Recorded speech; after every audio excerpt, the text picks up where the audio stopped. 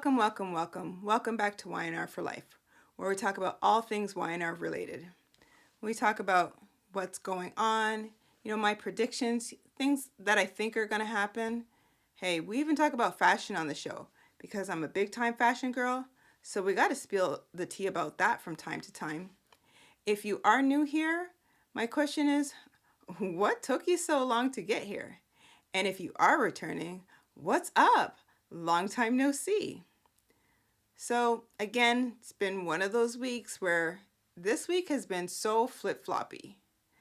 I mean, I dare say I probably should have taken out the purple blanket because I felt like it was just a lot of the times very sleepy, but we'll see if we can get through this. I hope I get through this because, again, it's been like a roller coaster. But it is what it is. My usual disclaimer is if you don't want to know what's going on, you want to get caught up on your own, this might not be what you want to see or hear, but I am so grateful that you are here. And if you like this type of content, you like what you see, you like what you hear, it would be so kind of you if you hit that like and subscribe button and smash that bell notification so that you don't miss a single video that I post here on Y&R For Life.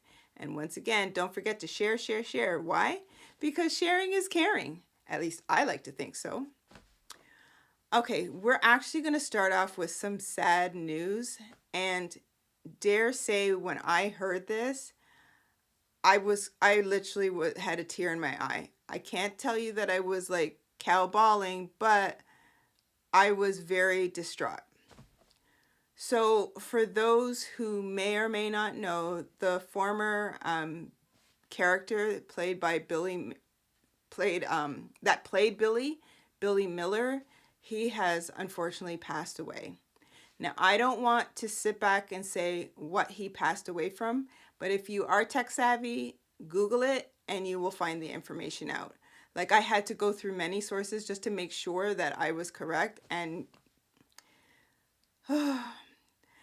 nothing against Jason. I love Jason as Billy, but Billy Miller to me was the epitome of that character. Like, I know for years we wanted him back on the show. It never happened. But it's very sad that he's no longer with us. So rest well, Billy Miller, and my condolences to the entire family. So I just wanted to share that information because I feel like Y&R, outside of being a soap opera, we are a family. And when one is gone, we hurt. Just like when Christoph had passed, same thing. So yeah, my condolences. Okay, so we're going to get into it. Bear with me. If I forget something, it's again the nature of the beast. Either it wasn't newsworthy or I just plumb forgot. So let's see where we go with this. Okay, so let's talk about, let's get the scene filler out the way. That would have been Chance. Do-gooder Chance. So Chance has announced to Summer, because they were at Society. Well, he bumped into her at Society. And he announces the fact that he has now been promoted to Chief of Police. So bye-bye, Paul Williams. In comes Chance. I guess there just wasn't anybody else. Because if Ray had been alive, Ray would have gotten that position like in a heartbeat. But Chance, no. I mean, to me, it might have been better if you just had brought somebody else in and just labeled him like a new character where he was more of like a tougher police officer. But whatever. So anyway, Summer has asked him if she can buy him something to eat and they can talk about it, and he's like, no, you don't have to do that. And she's like, no, let's celebrate, blah blah blah blah blah. So, yes, he is now the chief of police. Whatever. Total scene filler. Let's move on. There was really nothing to see here. That's done. Okay. So, we're going to talk about Lily Devon with a side note of Slimy Nate, who is kind of slipping out of the Slimy Nate position, although I still don't like his character. But he's not as greasy as he was before. Okay, so we find out that Victor, and I believe I talked about this before, Victor has sold off his whatever interest in, what was it, Chancellor Winters, to some silent party. And yeah, Lily and Devon are not happy about it. They talk to Jill about it. And Jill is losing her noodles over this. And it's like, this is not good. Oh no, this is not good. I mean, why would Victor do this? And why wouldn't he tell me? Like, I'm confused.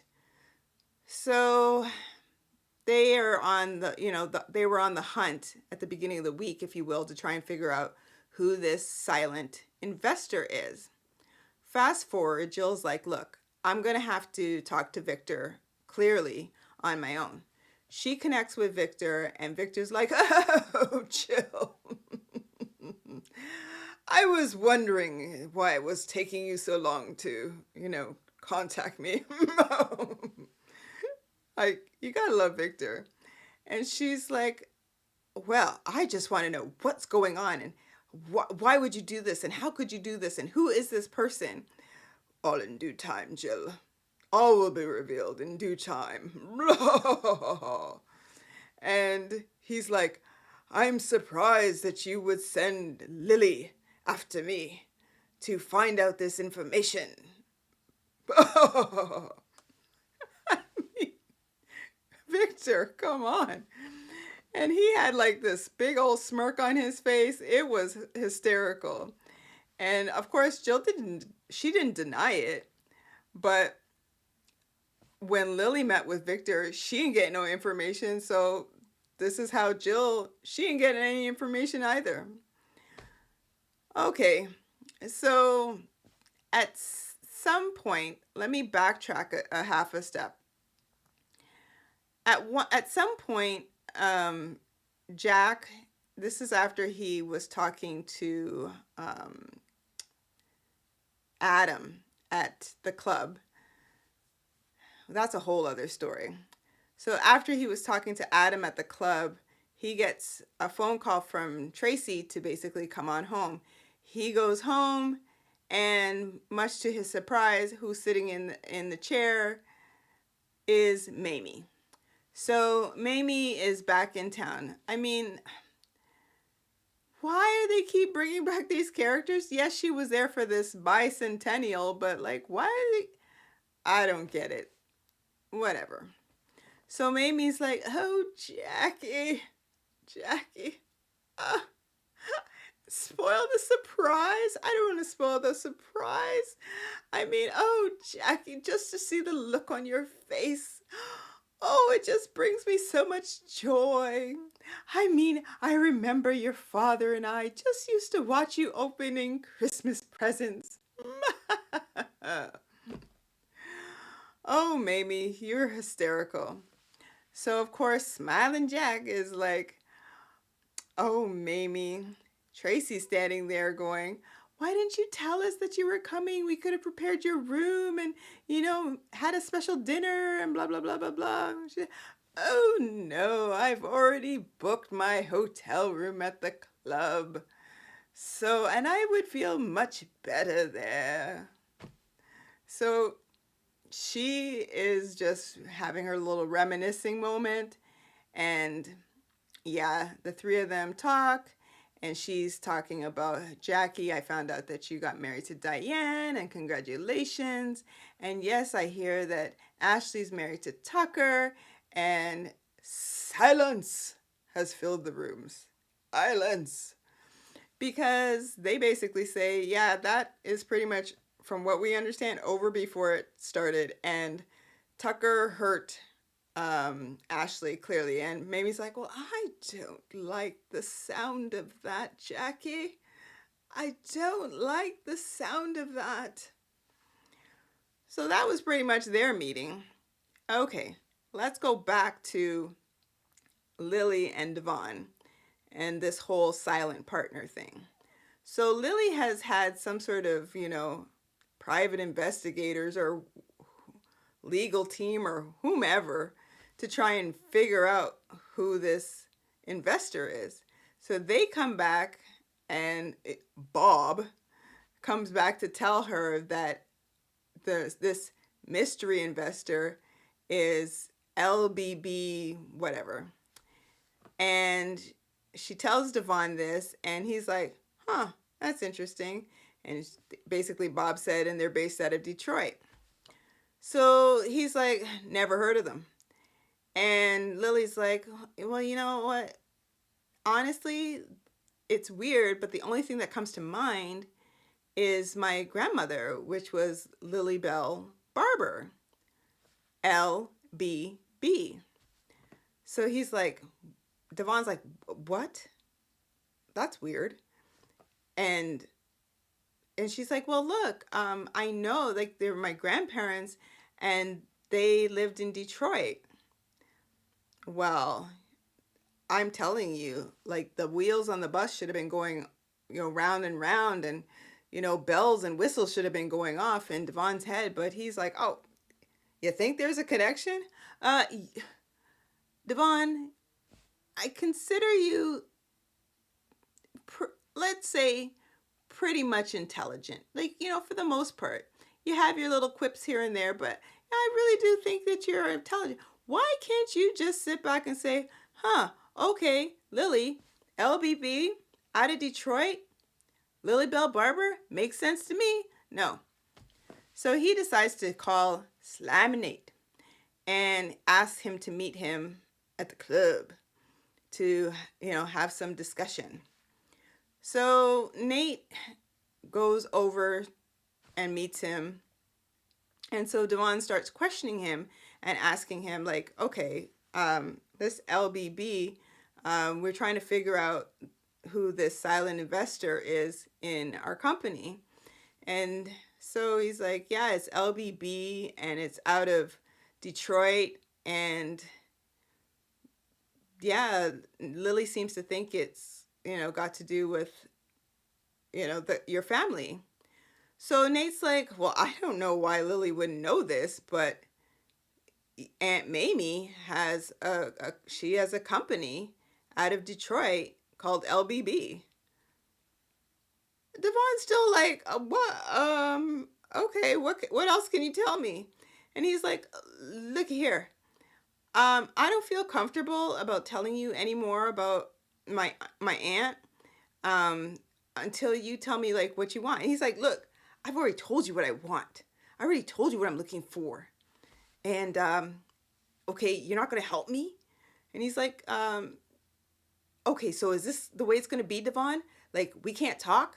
Like, are we really going to keep doing this? Like, we can't just let this all go? He's like, not today, Nate. Not today. So he's like, thanks for your help. And he takes off.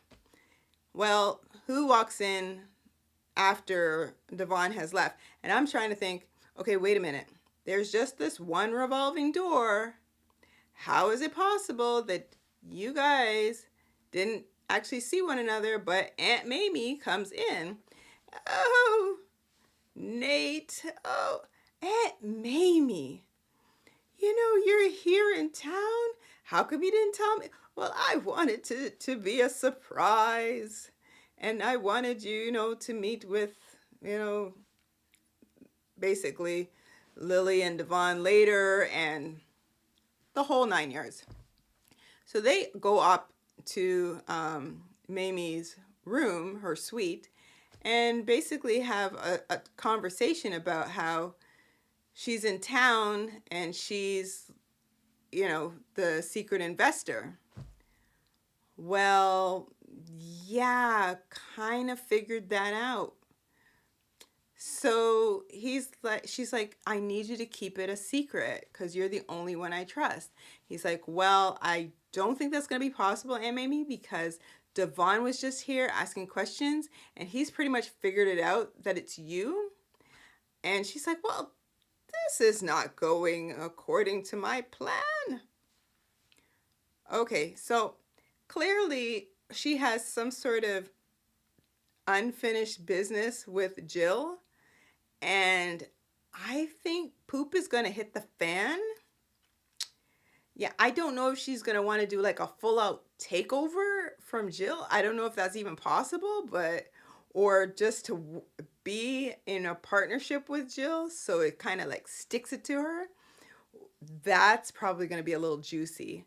It seems a little, lighthearted now, but I feel like we are just going to see that plane take off. But okay. So that's pretty much Mamie, and she's just, doing her little dream state thing when it comes to Jill, and how Jill basically gave her $1,000,000 to go off into La La Land and just kind of like never come back.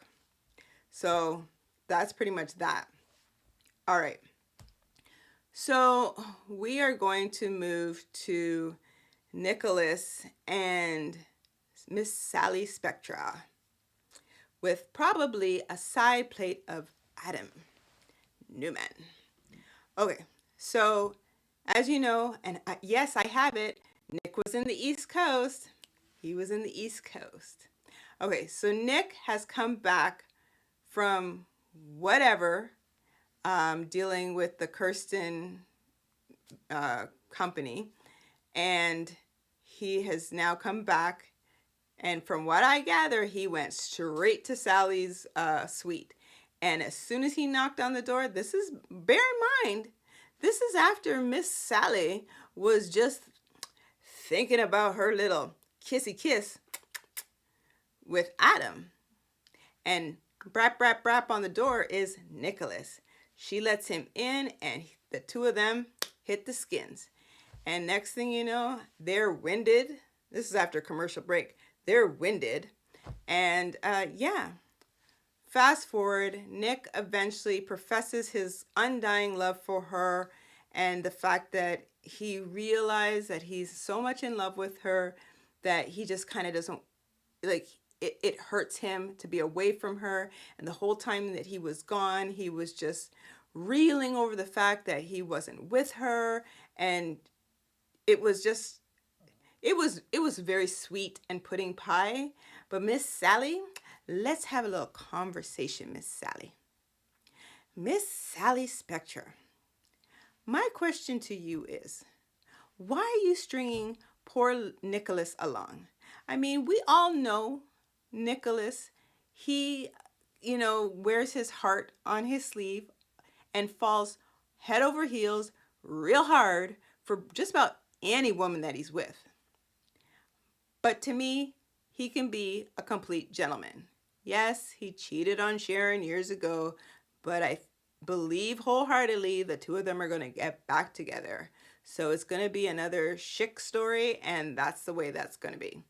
But until that time, Miss Sally, why are you stringing Nicholas along? Why is this? Stop it. Because you know full well, once again, that you're not interested in Nick.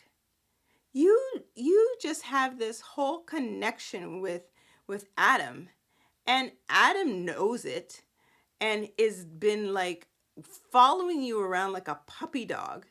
And like you invited the guy out for dinner. I mean, I know you're trying to be transparent with Nick, but at the same token, what are you doing? What are you doing, Sally? Stop the madness. Okay, so even with Nick in the room, this girl is thinking about Adam. Like, what? Okay, at one point in time, she has this full out dream that her and Adam are outside the room door and they are like crazy, and Nick, Sally, what's going on? Are you cheating on me? Are you cheating on me behind my back? And she's like, "Oh, Nick, it's not what it looks like." And here's Adam's line. "Well, it's exactly what it looks like." Yeah, because that's exactly because they were going at it in her dream. Like, what? Okay. Well, she basically, now back to reality, after Nick has professed his undying love, Miss Sally, she cannot say that she is in love with Nick. She knows she loves him, but she's not in love with him. People, there is a difference. I keep telling people this in the real world. You can love somebody, but there's a whole other level of when you are in love with somebody. Like you go like all in. That's my little PSA. But whatever. So Nick's like, want, want, want. Like, okay, now you're telling me, the infamous, you love me, but you're not in love with me. Ugh. I mean, you could have just seen Nicholas's heart on the floor. It was just pitiful. And I kind of felt bad for the guy. And she's like, "Oh no, like I didn't mean it like that." And then she tried to kind of sidestep it by saying, "What are you doing later?" You know, um, she's got some plans and she wants to meet up for a picnic. And I'm just going to fast forward right to the end of that. They meet at the park and she's there once again reminiscing about Adam and whatever. And Nick's like, "Sally? Sally?" And she's like, "Adam kissed me." Whoa, whoa, whoa, whoa, whoa. And that's how the week ended. But I was like, hold on, wait a minute.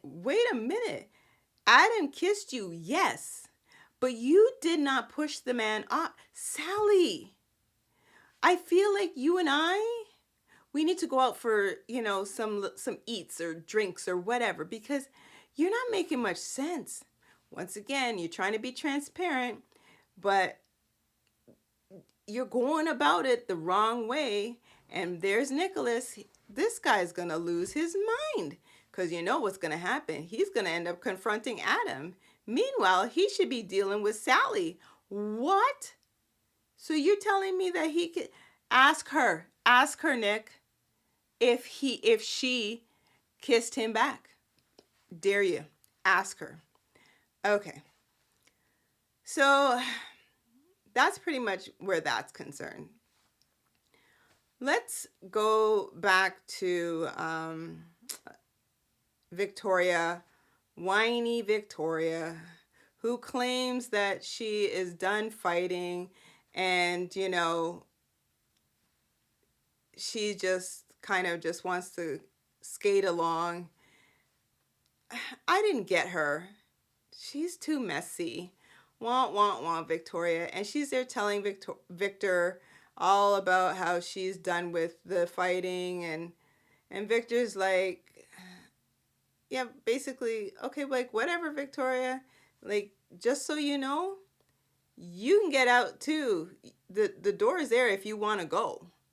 But see, Victoria is all about this whole talking about Victor's mental state and that he's not in the right headspace to be running Newman. So this is the kind of spin that she's trying to go with. So she's trying to enlist Nikki and Nick and basically anybody who's going to listen to her. And that's not faring that well with Nikki or Nick. But that we'll see how, like, again, flip-floppy week. She just kept going on and on. It was incessant. Like, she was really trying hard. But enough of Victoria. She bothers me. I don't know if there's ever a point where she won't bother me. But whatever. Okay. So Adam finds out from Victor because Adam's on this whole tip about he's going to learn the ropes of Newman, start at the bottom. Guys, this makes no sense. Okay, at one point in time, was he not CEO? What do you mean you got to learn the ropes? Like, and furthermore, you have more business acumen than like majority of the people there, although we've never seen them at Newman. Like, this doesn't make any sense. So he wants to basically be like the mailroom guy, start from the bottom. I didn't get it. So Victor has basically said to Adam that he is going to become Nate's assistant, which Nate finds this out at the same time. And Nate's like, well, I've got a good assistant already, Greg. Greg. Greg? Has anybody seen Greg? I've never seen Greg. Oh, oh. So he's like, yeah, he's going to be your assistant now.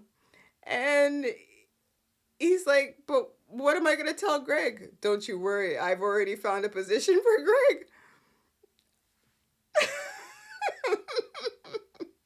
Oh, Greg.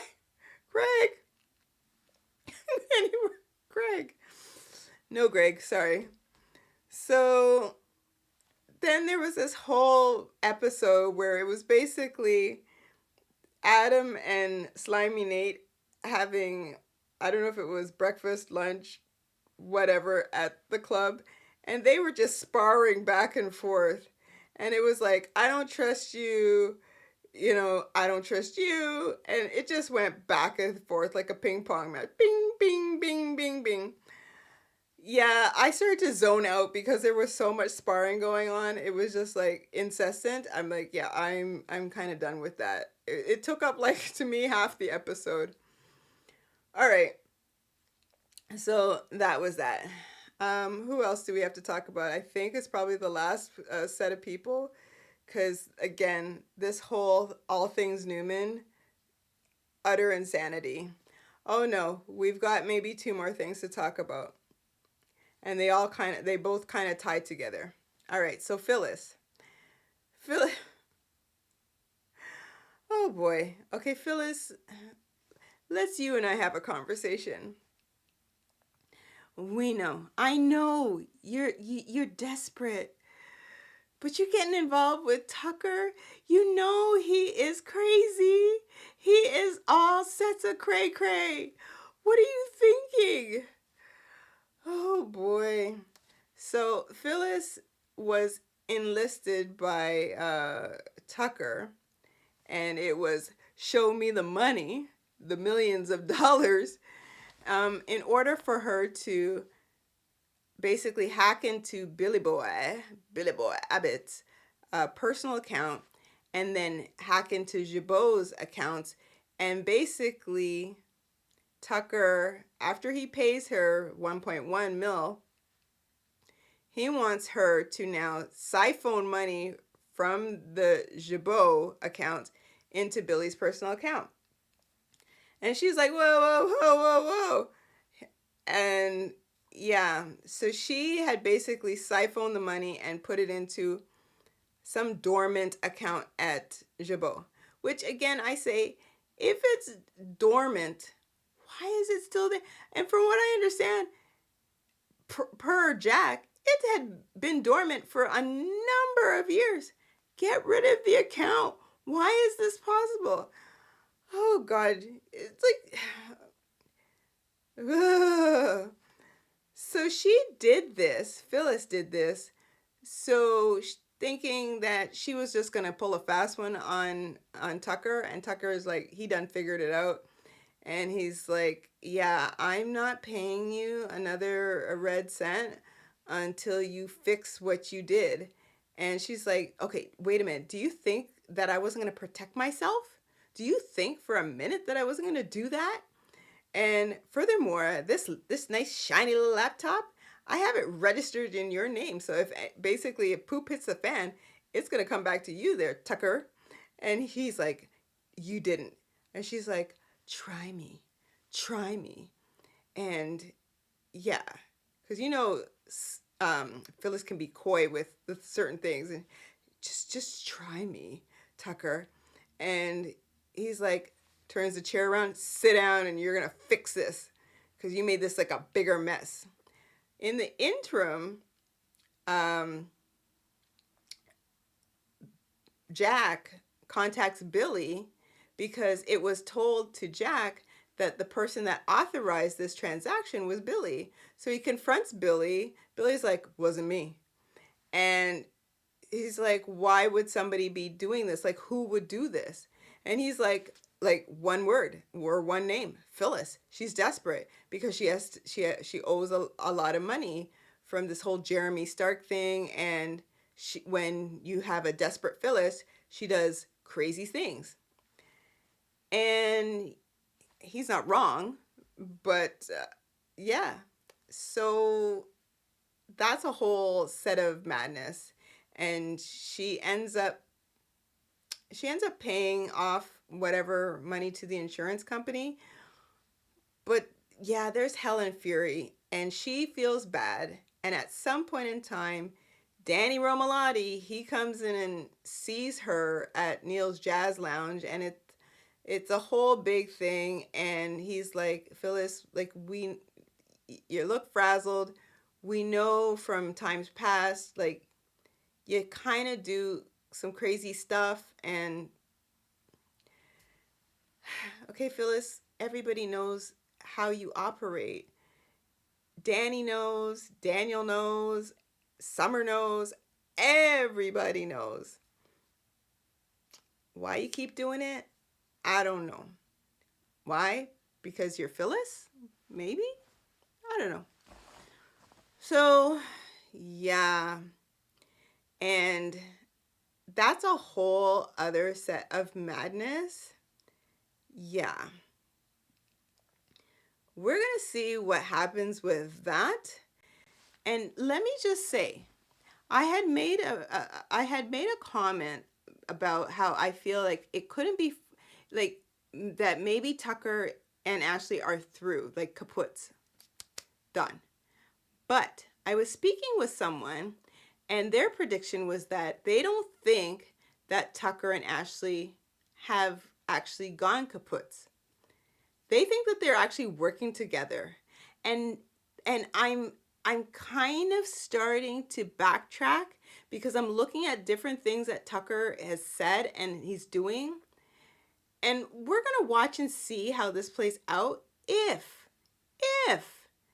they are truly working together, because I have this almost scent that is coming through that is going to say that this has all been a hoax, that they have been actually working together. And I think what may have thrown me off was the fact that he slept with Audra. And why would, if they are working together, why would he do that? But as I said, sometimes it's in soap opera land anyway. Maybe in real life it happens too. I wouldn't know. But in soap opera land, it's like, yeah, I don't want to know. Don't tell me what you did. Just do whatever needs to be done. Make it happen. So we don't know. Yeah. So there's that whole thing where Phyllis isn't on Poop Street and Billy is on Poop Street as well. And it's a whole big mess. There is one new character in the show. I believe her name is Claire Graves. I could be wrong with the last name, but she is now been, she has just gotten a position to be Nikki's assistant. That thing, I mean, I knew there was a new character coming on the show. I knew the name. I didn't say anything. However, this just kind of totally came out of left field, throwing her in. But I'm going to see like who she's going to be paired with, because something seems a little awry. Like she seems like she's going to be on the up and up, but I feel like there's going to be some sort of wranglings going on. Like I can't quite put my finger on it yet, but when I do, I'll share. So I think that's about it, guys. Did I miss anybody? Did I miss anything? As I said, flip floppy week. Flip floppy. So we're gonna see where this LBB, story goes probably this week when it comes to Mamie and Jill and what Mamie's whole agenda is. And I feel like we should get a little bit more clarity concerning Tucker and Ashley, because couldn't help but notice you haven't heard hide nor hair from Ashley. And yeah, it's going to be interesting. So, once again, writers, please stop with this dream state nonsense. Can you ixnay? Stop that? It's driving me bonkers. All right, guys. If you stay till the end of the video, thanks so much for your support. I really appreciate your time. You know I love you lots. And once again, if you can hit that like and subscribe button and share, because sharing is caring. Again, at least I like to think so. And we're going to see where everything goes this coming week. Hopefully, it won't be sleepy. Hopefully, we're going to get that motor running and let's do this. All right? So it's been a blast as usual. And you guys take care until I see you on the next video. Bye.